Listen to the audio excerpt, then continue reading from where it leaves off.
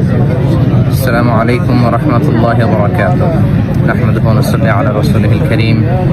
أما بعد فأعوذ بالله من الشيطان الرجيم. بسم الله الرحمن الرحيم. পবিত্র মক্কাতুল মুকাররমা থেকে আপনাদের সবাইকে জানাচ্ছি আন্তরিক শুভেচ্ছা এবং মুবারকবাদ। আমরা গতকাল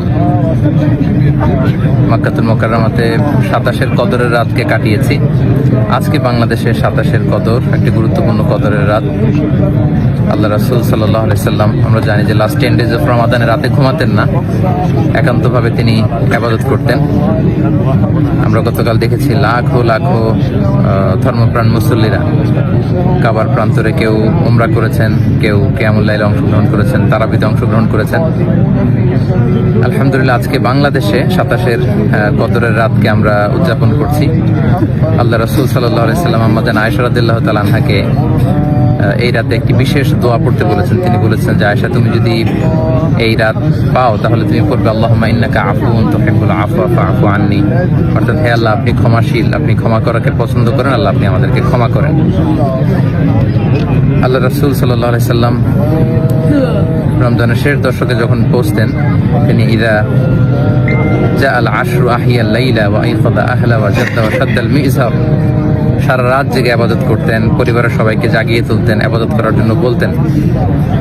এবং সারা বছর কোরআনের যে আয়াতগুলো নাজিল হয়েছিল এগুলো তিনি জিবরাইল আলাইহিস সালামের সাথে রিভাইজ করতেন, তিনি শোনাতেন। জিবরাইল আলাইহিস সালাম আল্লাহর রাসূল সাল্লাল্লাহু আলাইহি ওয়াসাল্লামকে পড়ে শোনাতেন।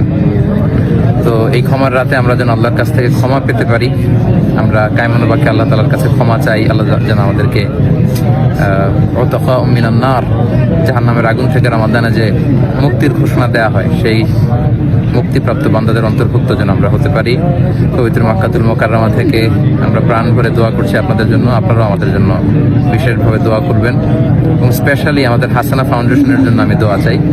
ভেরি রিসেন্টলি আমরা একটা ফাউন্ডেশন ফর্ম করেছি, হাসানা ফাউন্ডেশন, যেটার মধ্য দিয়ে আমরা বাংলাদেশের বিভিন্ন শিক্ষা কার্যক্রম পরিচালনা করব।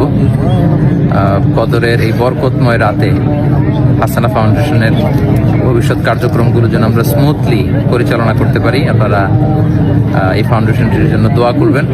এবং ঈদের পরপরই আমি দেশে আসব। এখন থেকে আমি দেশেই সেটেল করব, দেশেই থাকবো এবং ফাউন্ডেশনের বিভিন্ন কার্যক্রম সরাসরি পরিচালনা করবো ইনশাআল্লাহ। আপনাদের সবার কাছে দোয়া আছে, সবার জন্য আবার অফুরন্ত দোয়া ভালোবাসা জানিয়ে মসজিদুল হারাম থেকে বিদায় নিচ্ছি, পবিত্র মক্কাতুল মুকাররমা থেকে।